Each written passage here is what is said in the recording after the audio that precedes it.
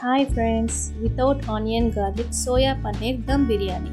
ముందుగా బాస్మతి రైస్ని బాగా శుభ్రం చేసుకొని ఒక హాఫ్ అన్ అవర్ పాటు నానబెట్టుకోవాలి. ఇప్పుడు స్టవ్ మీద బాండి పెట్టి అందులో తగినన్ని వాటర్ పోసి తగినంత సాల్ట్, 1 టేబుల్ స్పూన్ ఆయిల్, చూపించినంత గరం మసాలా వేసి వాటర్ని బాయిల్ అవ్వనివ్వాలి. ఇప్పుడు నానబెట్టిన బియ్యం నుంచి వాటర్ని సపరేట్ చేసి ఆ బాయిల్ అవుతున్న వాటర్లో బియ్యాన్ని వేయాలి.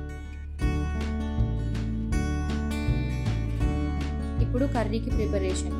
మిక్సీ జార్లో తగినంత పుదీనా, టమాటోస్, కట్ చేసిన టమాటో ముక్కలు, కొత్తిమీర, పచ్చిమిర్చి, నేను ఇక్కడ 3 పచ్చిమిర్చిలను వాడాను, గరం మసాలా తగినంత, ఇందులో ధనియాలు, దాల్చిన చెక్క అన్నీ వేసి చక్కగా గ్రైండ్ చేసి మిక్సీ పట్టాలి.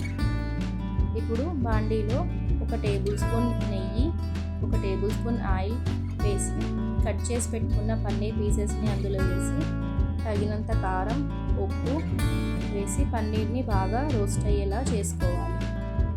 రోస్ట్ అయిన పన్నీర్ని ఒక ప్లేట్లో తీసుకొని అదే ఆయిల్లో సోయా పీసెస్ని వేసి రోస్ట్ చేసుకోవాలి.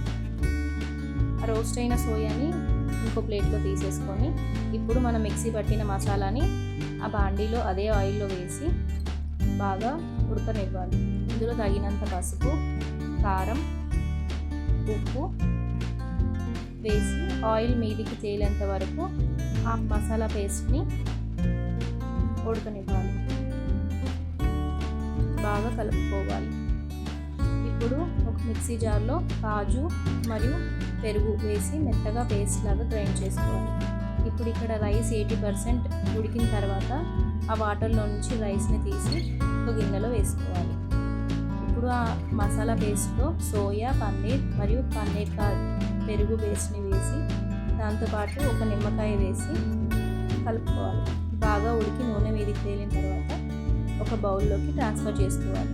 ఇప్పుడు కింద కొంచెం కర్రీ ఉంచి దాని మీద రైస్, మళ్ళీ కర్రీ వేసి మళ్ళీ రైస్ అలా లేయర్గా ఫామ్ అయ్యేలాగా చేసుకోవాలి. లాస్ట్కి దాని మీద గార్నిష్కి కొంచెం ఫుడ్ కలర్ని వాటర్లో వేసి యాడ్ చేసి వేయాలి. దాంతోపాటు కొత్తిమీరని గార్నిష్ చేయాలి. ఇప్పుడు స్టవ్ మీద పెట్టాక 1 స్పూన్ నెయ్యి వేసి 15 మినిట్స్ వరకు లో ఫ్లేమ్లో మూత టైట్గా పెట్టి ఉడకనివ్వాలి.